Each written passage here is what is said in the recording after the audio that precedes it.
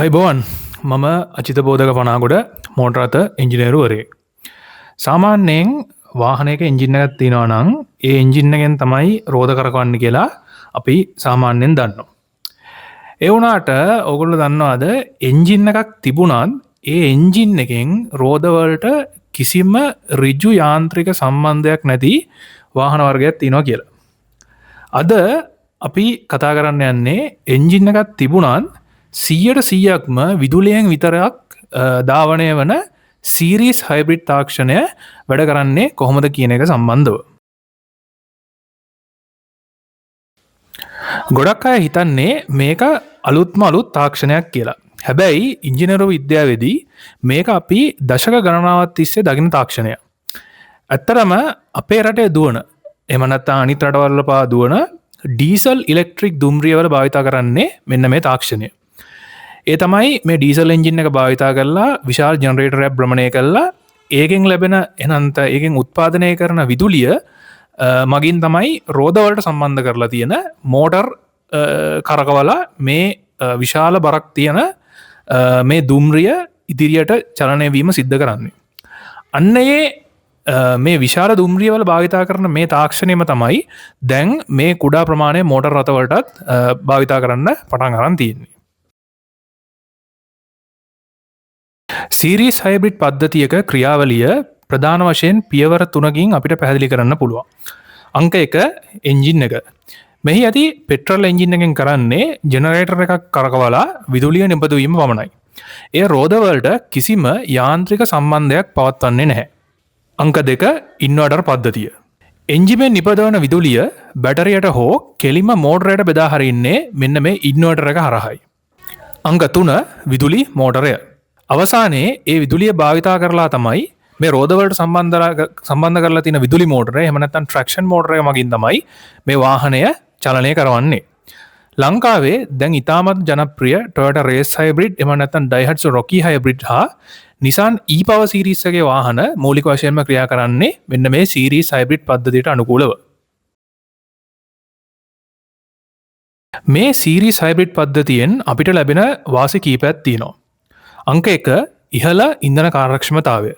විශේෂයෙන්ම නගරබද ඉතාමත් අධික මාර්ග තදබදයක් තියෙන අවස්ථාවලදී එන්ජිම පණ ගැන්වෙන්නේ බැටරිය චාර්ජ් කිරීමට අවශ්‍ය ප්‍රමාණයට පමණක් නිසා ඉතා ඉහළ ඉන්ධන පරිමස්මක් ලබා ගන්න පුළුවන් මේ ඉතාමත් අධික ට්‍රැෆික් එකක් එහෙම නැත්නම් මාර්ග තදබදයක් තියෙන අවස්ථාවලදී. අංක 2 ගියර් බොක්ස් එකක් නොමැති වීම. මේ සීරීස් හයිබ්‍රිඩ් වාහනවල සාමාන්‍ය වාහනවල වගේ ඔටෝමැටික් හෝ මැනුවල් ගියර් පද්ධතියක් එහෙම නැත්නම් ගියර් බොක්ස් එකක් භාවිතා කරන්නේ නැහැ. ඒ වෙනුවට මෝටර එක සහ රෝද අතර තියෙන්නේ සරල සිංගල් ස්පීඩ් රිඩක්ෂන් ගියර් එකක් විතරයි. මෙයින් වාහනේ බර අඩු වෙනවා වගේම පද්ධතිය ඉතාමත් සරල වෙනවා. ඒ නිසා නඩත්තුව සෑහෙන දුරකට අඩු වෙනවා. අංක 3 EV like driving experience. රෝද කරකවන්නේ මෝටර එකකින් නිසා ඉලෙක්ට්‍රික් වාහනයක වගේම ෂණික වේගවත් වීමත් එහෙම නැත්නම් ඉන්ස්ටන්ට් ටෝක් එකක් සහ ඉතාමත් නිහඬ සිනිඳු සුමට දාවන අත්දැකීමක් ඉලෙක්ට්‍රික් වාහනයක මෙන් මේ සීරීස් හයිබ්‍රිඩ් වාහනවලදී ලබා ගන්න පුළුවන්.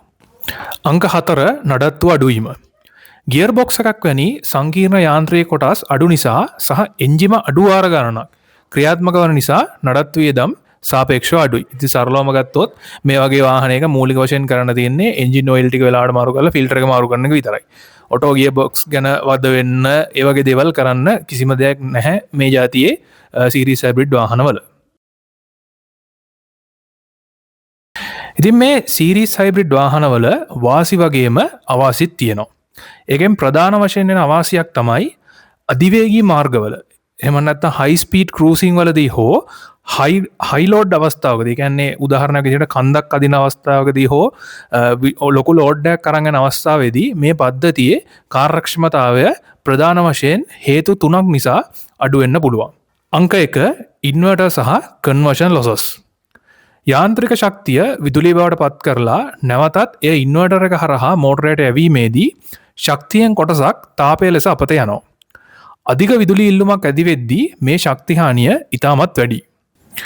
අංක 2 no direct mechanical connection. Toyota වල භාවිතා වන power split hybrid පද්ධතියකදී අධිවේගී ධාවනයේදී එන්ජිමේ බලය ඍජුවම රෝදවලට ලබා දීමේ යාන්ත්‍රික හැකියාවක් තියෙනවා. නමුත් සීරීස් හයිබ්‍රිඩ් පද්ධතියකදී එන්ජිමේ බලය රෝදවලට ඍජුවම නොලැබෙන නිසාත් එය සෑම විටම අතරමැදි පියවරවල හරහා සිදුවිය යුතු නිසාත් විශාල ශක්තිහානියක් මේ සීරීස් හයිබ්‍රිඩ් පද්ධතියකදී සිද්ධ වෙන්න පුළුවන්. අංක 3 efficient RPM range එකෙන් පිටතට යාම. සෑම එන්ජිමකටම උපරිම ඉන්ධන පිරිමැස්මක් දිය හැකි නිශ්චිත RPM පරාසයක් තියෙනවා.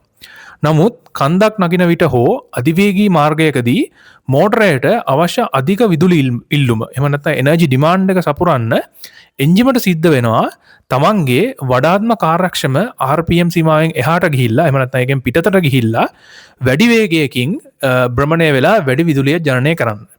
මේ නිසා එවැනි අවස්ථාවලදී ඉන්ධන කාර්යක්ෂමතාවය ශීඝ්‍රයෙන් පහළ යනවා. ඉතින් ඔබේ ඊළඟ වාහනය තෝරගන්න කලින් මේ තාක්ෂණික වෙනස්කම් ගැන සැලකිලිමත් වෙන්න. ඔබ පාවිච්චි කරන්නේ Toyota Race එකක්ද එහෙම නැත්නම් Daihatsu Rocky එකක්ද එහෙම නැත්නම් Nissan e-Power series එකේ වාහනයක්ද? පල්ලෙහෙන් කමෙන්ට් එකක් දාන්න. එහෙමත් නැත්නම් ඔබ වඩාත් කැමති Toyota වල තියෙන power split hybrid system එකටද? ඉතින් මේ power split hybrid system එක ගැන අපි මීට කලින් වීඩියෝ එකක් කරා. ඒක වීඩියෝ ඩිස්ක්‍රිප්ෂන් එකේ තියෙනවා. අවශ්‍ය කෙනෙක්ට ඒ වීඩියෝ එක බලන්න පුළුවන්. ඉතින් ආපහු අලුත් වීඩියෝ එකකින් හම්බ වෙනකන් සියලු දෙනාට සුබ දවසක්. ආයුබෝවන්. ජය වේවා. ඔබට අවශ්‍ය ඉදිරියේදී මේ channel එකෙන් දැනගන්න අවශ්‍ය කරන දේවල් යම් කිසි දේවල් තියෙනවා නම් කමෙන්ට් සෙක්ෂන් එකේ කමෙන්ට් එකක් දාන්න.